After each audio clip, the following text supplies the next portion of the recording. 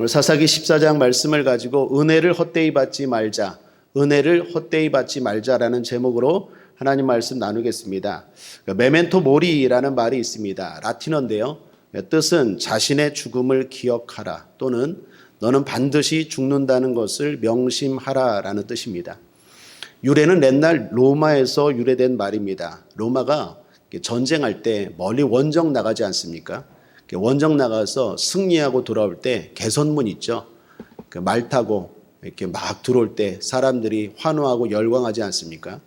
그때 그 맨 뒤에 노예들에게 이 말을 꼭 시켰다고 합니다. 메멘토 모리, 메멘토 모리. 이게 로마의 그 승리하고 돌아올 때 유명한 풍습이었다고 합니다. 로마는 왜 그렇게 했을까요? 지금은 승리하고 돌아오지만 언젠간 너도 죽는다는 것을 기억하라. 그리고 겸손하라라는 뜻이라고 합니다. 로마가 왜 세계를 제패했고 로마가 왜 강대국이 되었는지를 볼 수 있는 대목입니다. 사랑하는 여러분, 잘 될 때 주의하고 잘 될 때 긴장하는 사람이 진짜 지혜로운 사람이요. 계속되는 승리를 경험하는 사람인 줄 믿습니다. 사람들은 약할 때는 긴장하는데 잘 될 때는 잘 긴장하지 않아요. 왜요? 잘 되니까. 그런데 성경은 뭐라고 말합니까? 그런즉 선줄로 생각할 때 넘어진다고 말합니다. 그래서 조심하라고 말합니다. 올해 성경에 보면요. 선줄로, 다시 말하면 잘 될 때 넘어진 사람들이 대부분이에요. 다윗도 어려울 때는 하나님 찾고 시편 지었잖아요. 시편의 그 아름다운 시편을 짓고 고백하고 찬송했지만 왕궁에서 거닐 때, 평안할 때 어떻게 해요? 살인죄, 간음죄를 졌죠.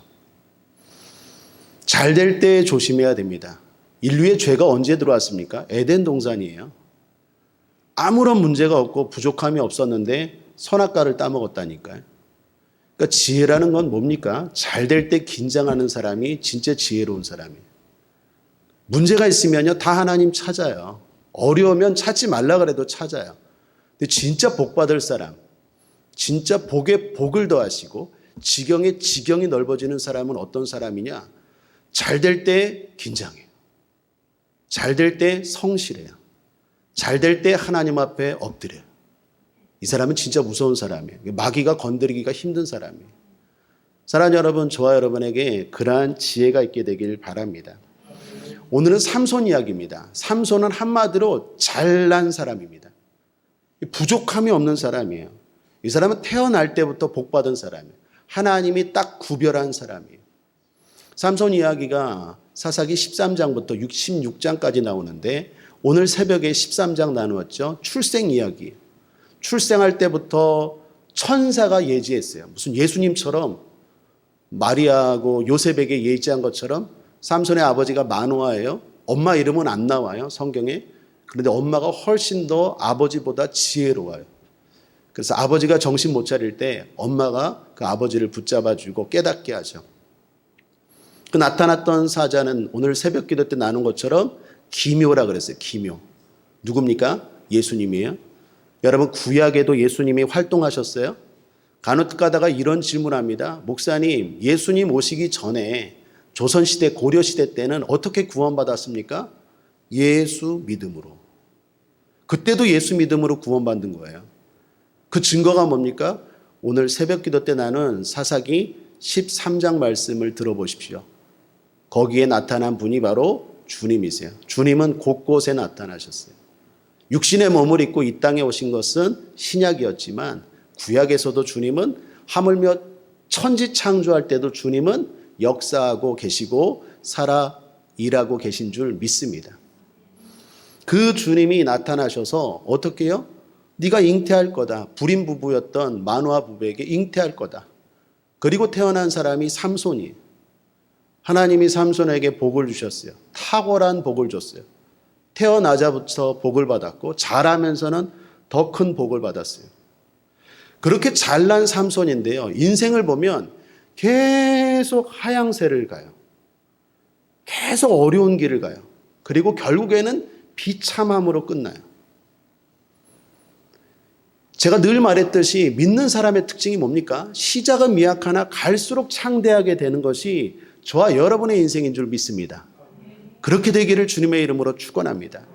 내년에는 더 잘 될 거예요. 옆 사람과 한번 인사하며 축복하죠. 내년에는 더 잘 될 거예요. 내년에는 더 잘 될 거예요. 내년에는 더 잘 될 거예요, 여러분. 근데 삼손은요, 시작은 엄청난 축복이 시작했는데 갈수록 하향세예요. 도대체 왜 그럴까? 오늘 14장을 특별히 묵상하면서 발견하는 건 뭐냐? 특별한 은혜가 임할 때 얘는 엉뚱한 짓을 하더라라는 거예요. 오늘 14장에 보면요, 삼손에게 성령이 임하는 장면이 나와요. 하나님은 늘 삼손을 보호하시지만, 늘 삼손과 함께 하시지만, 특별한 문제가 있을 때는 특별한 능력과 특별한 지혜를 주셨어요. 그게 바로 성령의 능력이거든요. 근데 그런 은혜를 받아가지고 삼손이 잘못된 길을 걸어가요. 하나씩 살펴볼까요? 세 가지를 제가 발견했는데, 먼저 앞에 13장 마지막 절을 보십시오. 13장 끝절이 어떻게 시작합니까? 어떻게 끝납니까? 함께 읽겠습니다. 시작. 소라와 에스다올 사이 마하네단에서 여호와의 신이 비로소 그에게 감동하시니라. 성령이 임했어요. 하나님의 신이 삼손에게 임했습니다. 특별히 어디에? 마하네단. 우리 새벽기도 때 나눴죠. 마하네단은요, 이스라엘이 우상 숭배의 중심지였어요. 그런 절망적인 상황에서 삼손에게 특별히 하나님이 은혜를 주셨어요. 뭐 오늘날 이렇게 얘기할 수 있을까요? 다 코로나로 어려운데 하나님이 우리 사업장만 복을 주신 거예요. 이거 얼마나 특별한 은혜입니까? 그런데 그러한 특별한 성령, 특별한 은혜를 가지고 그 다음 나오는 이야기가 뭐예요? 결혼 이야기예요, 결혼. 삼손이 결혼했대요. 결혼이 뭐가 문제일까요? 결혼 자체는 문제가 안 되는데 대상이 블레셋 지역의 딥나라는 곳의 한 여인이에요. 이방 여인이었어요. 이스라엘의 당시 이방 여인과의 결혼은 법적으로 금했어요. 근데 삼손이 이방 여인, 딥나의 한 여인을 보고 반해서 그 여인과 결혼하겠대요. 부모가 말렸어요? 안 말렸어요? 말렸어요. 그럼에도 불구하고 어떻게 해요? 감행해요. 왜 이럴까요? 자신감이에요. 사랑하는 여러분, 오늘 결론인데 자신감과 교만을 착각하면 안 돼요. 하나님이 나와 함께 하십니다. 믿습니까? 하나님이 우리를 보호하십니다. 믿습니까? 그러니까 이게 교만으로 작동하면 안 돼요. 하나님이 나와 함께 하시지. 그럴수록 어떻게 해요? 엎드려야 돼요. 근데 삼손은 어떻게 해요? 성령이 임하고 이방 여인과 결혼을 해요. 대부분의 사사들은요, 삼손이 마지막 사사인데 대부분의 온니엘부터 시작된 12명의 사사들은 성령이 임하며 군사를 모아요. 왜요? 이스라엘을 구원하기 위해서 하나님이 능력을 주셨거든요. 그러니까 여호와의 신이 임함으로 나팔을 불어 군사를 부르니, 기드온 같은 경우 다 군대를 모아요. 그리고 이스라엘을 구원하는 일에 그 힘을 써요. 그 능력과 그 지혜를 쓰는데 삼손은 성령이 임하고 나서 뭐 했다고요? 이방인 여인과 결혼을 추진하고 있어요. 말림에도 불구하고 밀어붙입니다. 자, 두 번째 또 성령이 임하는 장면이 나와요. 삼손이 여인을 만나기 위해서 딥나로 이제 갑니다. 아버지 뜻 어기고 하나님 뜻 어기고 자기가 좋아하는 여인과 굳이 결혼하겠대요. 가던 길에 사자를 만났어요. 사자는 동물의 왕 아닙니까? 피하는 게 상책이에요. 근데 삼손은요, 장난이 아니에요. 하나님이 함께 하니까요, 피하지 않아요. 덤비고 싸워요. 너 사자, 나 삼손. 이거예요? 삼손이 기가 막힐 거예요? 아니, 사자가 기가 막힐 거예요? 그러더니 둘이 붙었는데 누가 이겼다고요? 삼손이 이겼어요. 그것도요, 성경에 찢어버렸대요. 사자를 그냥 이렇게 탁 예를 들면 이렇게 타이슨처럼 퍽 해갖고 그냥 기절시켜거나 이럴지 모르겠는데 그냥 찢어 죽였대요. 그런데 성경이 뭐라고 말합니까? 성령의 힘으로. 6절을 보십시오. 함께 읽겠습니다. 시작. 삼손이 여호와의 신에게 크게 감동되어 손에 아무것도 없어도 그 사자를 염소 새끼를 찢음같이 찢었으나 그는 그 행한 일을 부모에게도 고하지 아니하였고. 이때도 뭐요? 성령이 임했어요. 성령이 임했어요. 능력이 나타납니다. 사랑하는 여러분, 성령은요, 우리의 생각, 우리의 수준, 우리의 한계를 뛰어넘어요. 믿습니까? 성령이 임하니까요. 삼손이 사자를 그냥 죽인 것도 아니라 염소 새끼처럼 찢어 죽였대요. 성령의 능력을 가지고 어떻게 합니까? 힘 자랑하고 있어요. 은혜를 가지고 힘 자랑하고 있어요. 부모에게 이 일을 알리지 않았대요. 그리고 여인을 만났대요. 여인을 만나서 즐겼대요. 여러분, 여인을 만나서 즐겼으면 성경이 그렇게 말하지만 뭐 했을까요? 포도주와 독주, 술 먹었을 거예요. 삼손은 나실인입니다. 평생 나실인이에요. 보통 유대인들은 일정 기간 동안만 나실인 규례를 지켜요. 그러나 삼손 같은 경우는 태어나자부터 죽을 때까지 나실인인데, 나실인에게는 민수기 6장에 보면 세 가지를 금해요. 뭘 금합니까? 술, 포도주와 독주 금해요. 그리고 시체 만지는 거 금해요. 그리고 삭도되는 거, 머리에 삭도되는 거 금해요. 삼손 성령 임하고 은혜가 임하고 나서 뭐합니까? 나실인의 규례를 어기고 있어요. 담대함이 교만함으로 작동하고 있어요. 그렇게 놀다가 그리고 다시 그 여인에게 또 놀러 갔대요. 그러다가 죽은 사자의 시체를 봤어요. 시체이다 보니까 벌들이 막 날라왔나 봐요. 꿀벌들이 날라와서 그 사자의 해골에 꿀이 있었던가 봐요. 삼손이 그 꿀을 이렇게 먹었대요. 먹고 나서 그 부모님에게 또 갖다 줬대요. 또 갑자기 생뚱맞게 효가 발동했어요. 그 부모에게 또 갖다 줬어요. 그리고 이 꿀이 죽은 시체 사자에게서 갖고 온 거라고 말하지 않아요. 여기서 삼손은 또 하나의 나실인의 규례를 어겨요. 사자의 거기서 꿀을 가져오려면 시체를 만졌을까요? 안 만졌을까요? 만졌겠죠. 나실인은 시체를 만지면 안 돼요.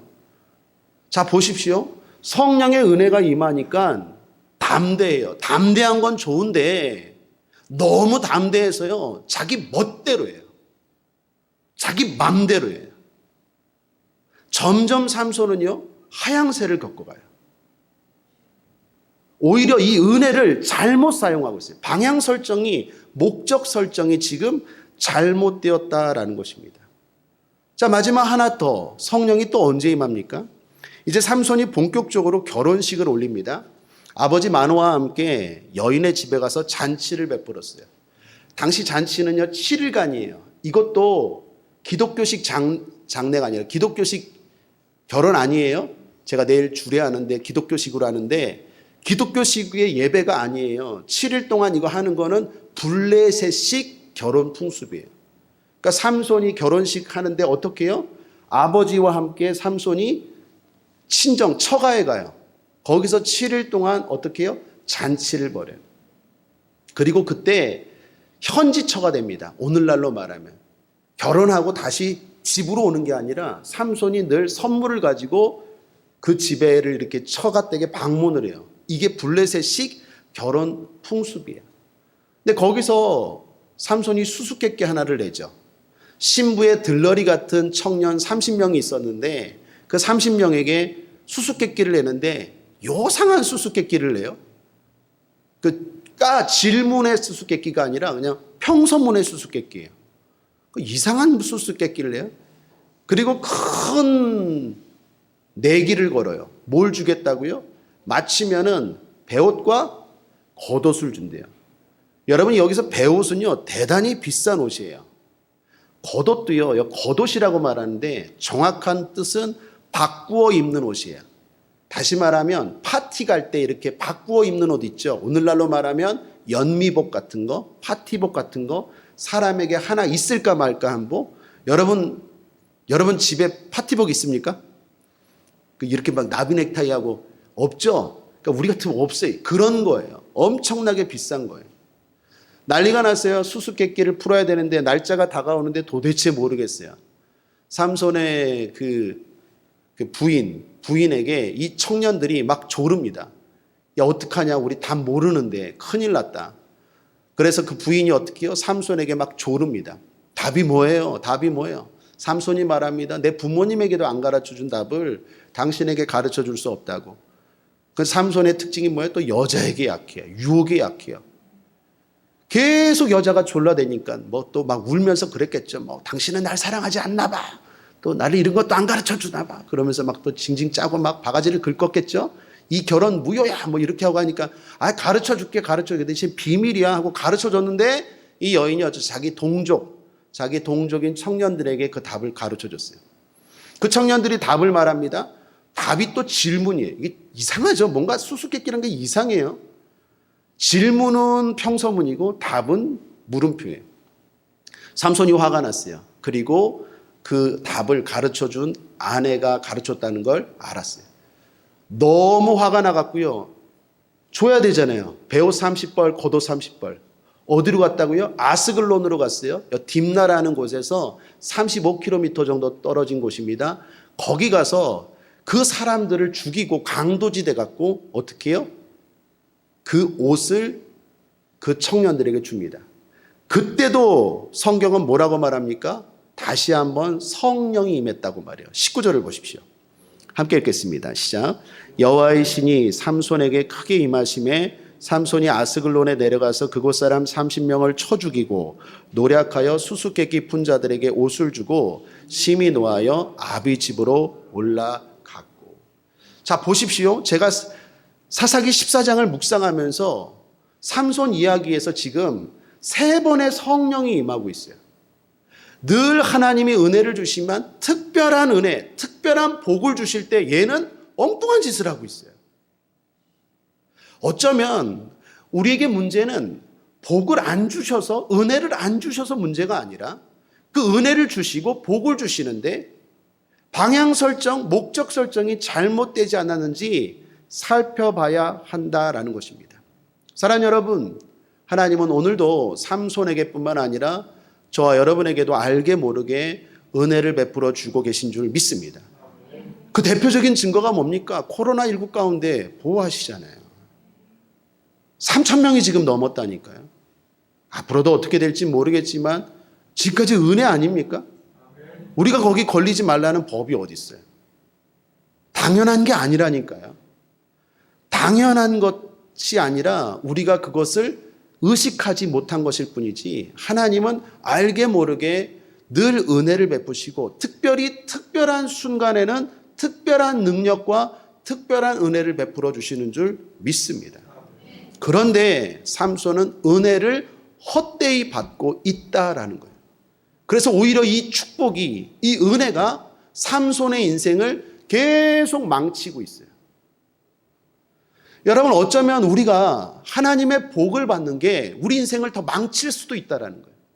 하나님이 복을 주시면 주실수록 망가지는 사람들이 있어요. 은혜를 주시면 줄수록 망가지는 사람들이 있어요. 차라리 안 줬으면 좋았을 뻔했는데 오히려 부자 되게 하고 오히려 높이 되게 하고 오히려 힘을 주고 능력을 주고 특별한 은혜를 줄 때마다 자꾸 망가지는 사람들이 있어요. 그렇지 않기 위해서 우리는 은혜를 헛되이 받지 않게 되기를 바랍니다. 자, 그렇게 되기 위해서 3가지 오늘 권면하고 기도하겠습니다. 삼손을 반면교사 삼을 때 첫 번째, 은혜를 연결할 분명한 사명을 놓치지 마십시오. 하나님이 삼손에게 왜 이렇게 은혜를 주실까요? 왜 이렇게 능력과 축복을 주실까요? 여러분, 이유가 뭘까요? 왜 그럴까요? 특별한 일을 감당하라고 주신 거다라는 것입니다. 이스라엘을 구원하라고. 그래서 힘도 주시고 능력도 주시고 지혜도 주셨어요. 그런데 삼손은 그 용도를 명확하게 알지 못하고 있어요. 그러니까 그 은혜가 임할 때마다 정욕을 채우는 일에 사용해요. 내 화나는 것 푸는데, 내 원하는 것 갖는데, 자기 정욕을 하는 일에 사용하고 있어요. 하나님이 특별한 은혜를 주실 때마다 분명한 목적, 분명한 사명으로 연결할 수 있는 지혜가 있어야 돼요.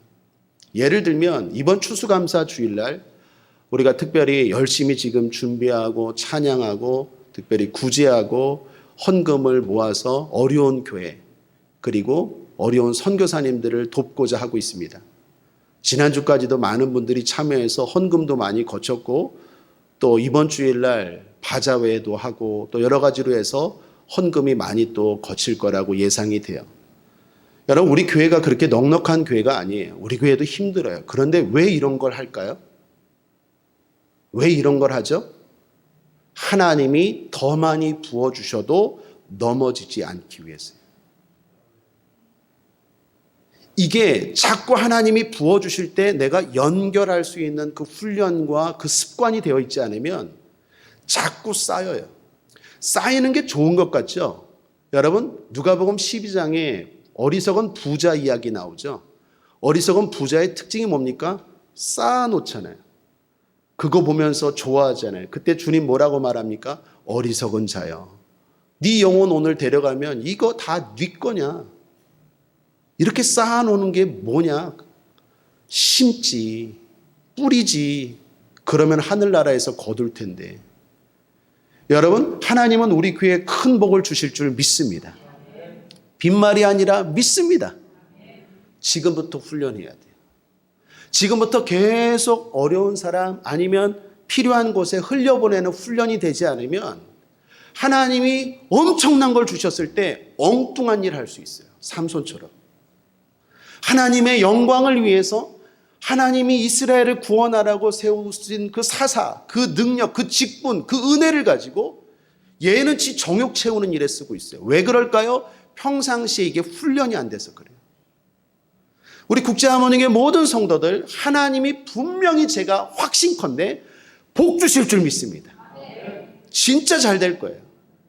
중요한 건 어려워서 망하는 게 아니라 잘 돼서 망할 소지가 더 커요. 지금부터 훈련하셔야 돼요. 뭔가 특별한 게 생겼습니까? 특별히 좋은 게 생겼습니까? 그때마다 연결하십시오. 제가 아는 어떤 분이 헌금을 30만 원을 보냈어요. 우리 교회 분도 아닌데. 왜 보냈냐 물어봤더니요. 생각지 못한 소상공인 지원금이 나왔대요. 1차, 2차 때 떨어졌는데 3차 때 됐대요. 그래서 그걸 가지고 300만 원이 나왔는데 누구 주고 본인 뭐 하고 우리 교회까지 섬기셨더라고요. 하나님이 그분 계속 복되게 하실 거예요.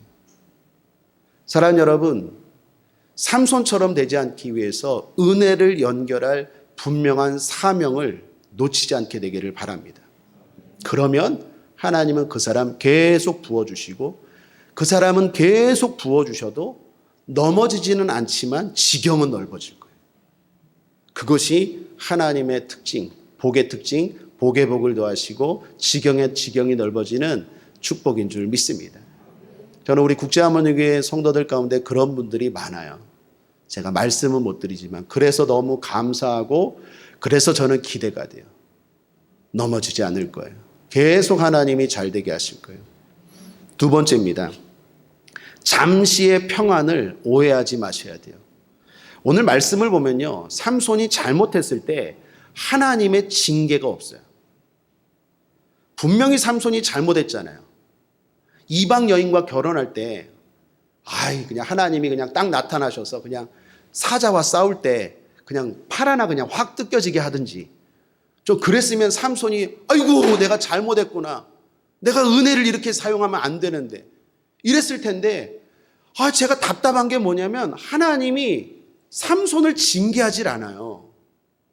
직접적이고 구체적으로 징계하지 않아요. 물론 마음에 찔림은 있었겠지만 하나님이 삼손에 대해서 어떤 체벌도 하지 않아요. 이방 여인과 결혼할 때도 마찬가지고 죽은 사자의 시체를 만질 때도 마찬가지고 이방 여인과 잔치를 벌이고 포도주와 독주를 마실 때마다 그냥 그 술이 그냥 막 먹을 때 그냥 목구멍에서 확 불이 나든지 그냥 그 맥주 마실 때 그죠? 그러면 그냥 아이고 이게 내가 이거 정신 차려야 되겠구나 그래야 되는데 하나님이 징계를 하지 않아요. 여러분 왜 징계하지 않으셨을까요? 우리가 성숙해지기를 기다리는 거예요. 제 아들과 딸이 이제 대학교 1학년과 고등학교 2학년입니다. 옛날처럼 체벌하지 않아요. 옛날에는 무섭게 체벌했어요. 그런데 지금은 그렇게 체벌하지 않아요. 물론 이것에 대해서 불평과 의견이 있을 수 있을 것 같아요.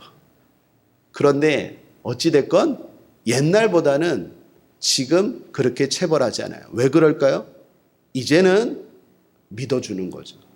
자정의 능력, 스스로 깨달을 수 있는 것을 믿어주기 때문에 옛날처럼 어린아이일 때처럼 체벌하지 않아요. 그냥 훈계만 하고 스스로 깨닫도록 기다려줘요. 하나님도 마찬가지예요.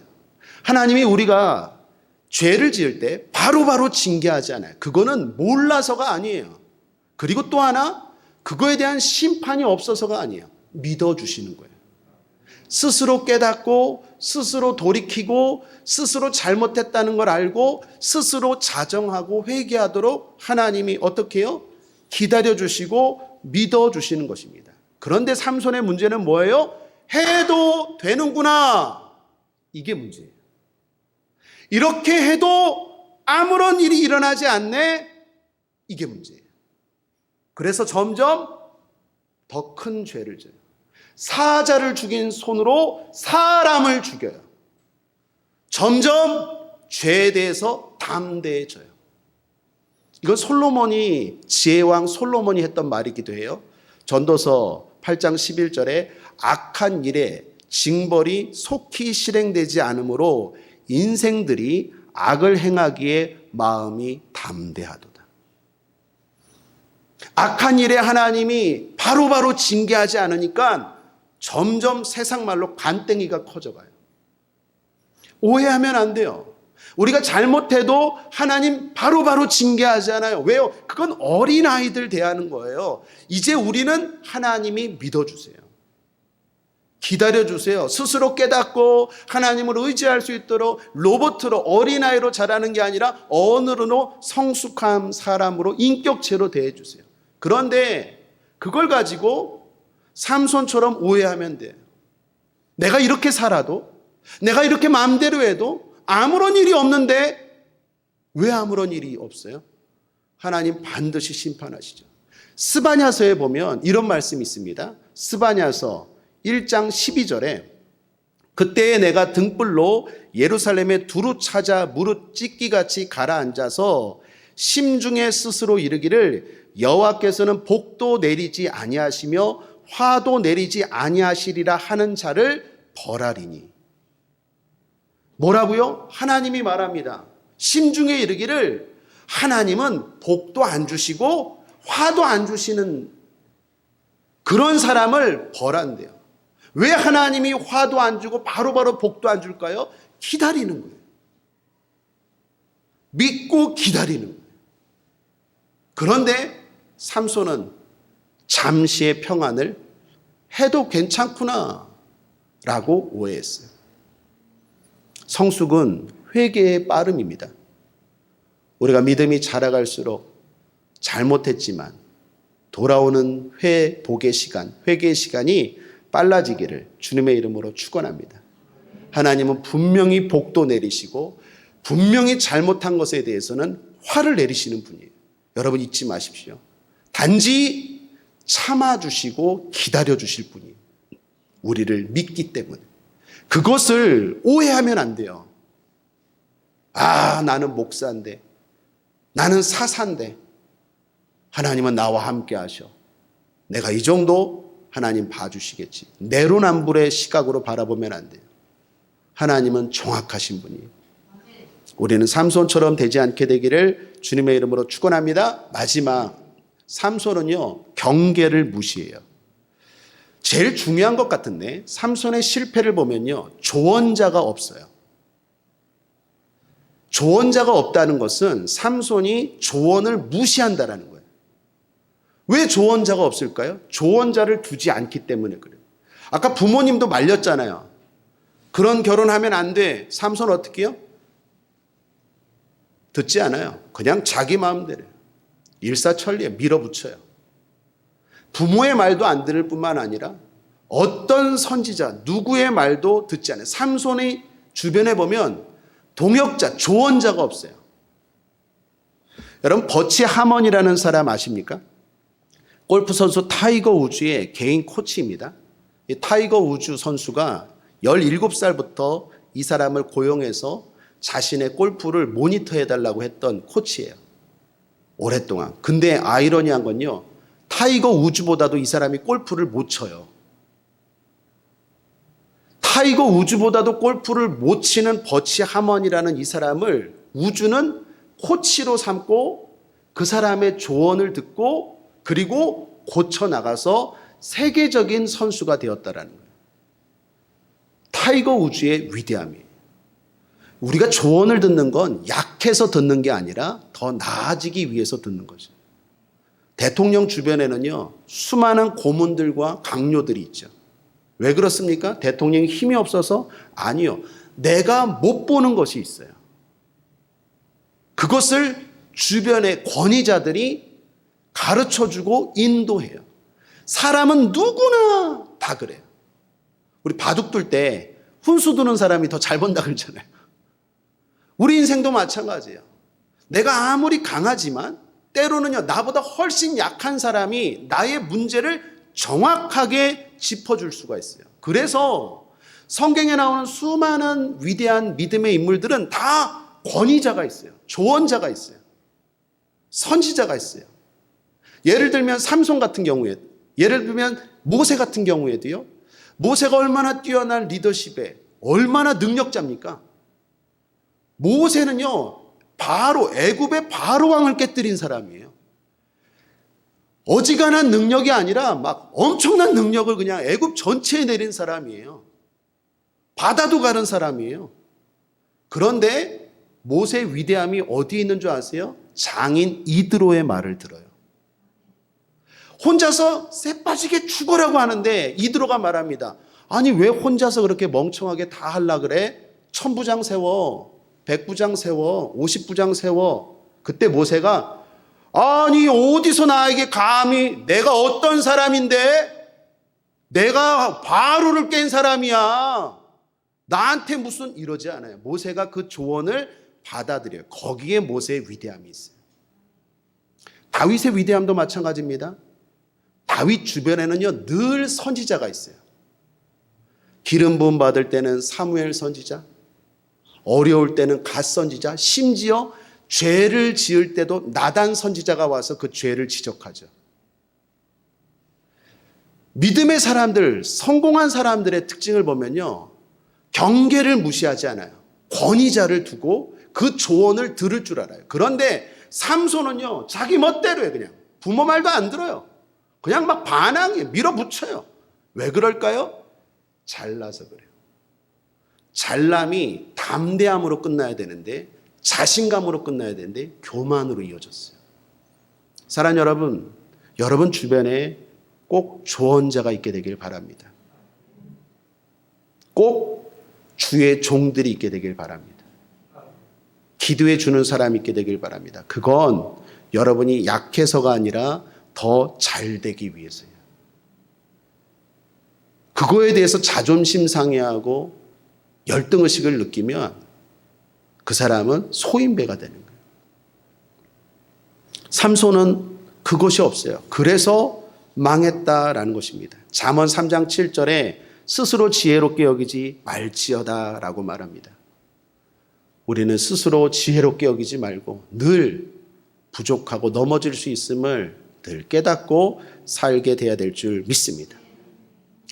일전에도 소개한 것 같은데 베르나르 베르베르의 웃음이라는 책에 보면 자랑거리라는 게 나와요. 재밌어서 다시 한번 소개하는데요. 2살 때는 똥 오줌 가리는 게 자랑거리, 3살 때는 이가 나는 게 자랑거리, 12살 때는 친구들이 있다는 게 자랑거리, 18살 때는 자동차 운전할 수 있다는 게 자랑거리, 20살 때는 사랑할 수 있다는 게 자랑거리, 35살 때는 돈이 많은 게 자랑거리. 그 다음이 50세인데요. 제가 이제 50대가 되었는데 50대가 되면 이제 거꾸로 다시 이게 이제부터 자랑거리가 거꾸로 내려가요. 잘 보십시오. 50대에는 돈 많은 게 자랑거리, 60대에는 아직도 사랑을 할 수 있다는 게 자랑거리, 70세 때는 아직도 자동차를 운전할 수 있다는 게 자랑거리, 75세 때는 친구들 몇 명이라도 남아있다는 게 자랑거리, 80세 때는 아직도 이가 남아있다는 게 자랑거리, 85세 때는 자기 손으로 똥오줌을 가릴 수 있다는 게 자랑거리. 그러니까 인생이 뭡니까? 똥오줌을 가리는 걸로 시작해서 똥오줌을 가리는 걸로 끝나는 게 인생거리래. 재밌죠? 이것은 주님 없는 인생, 사명을 잃어버린 인생이 그래요. 제가 지난주에 장례를 치렀습니다. 장례를 치를 때마다 생각이 많아져요. 인생이 뭔가.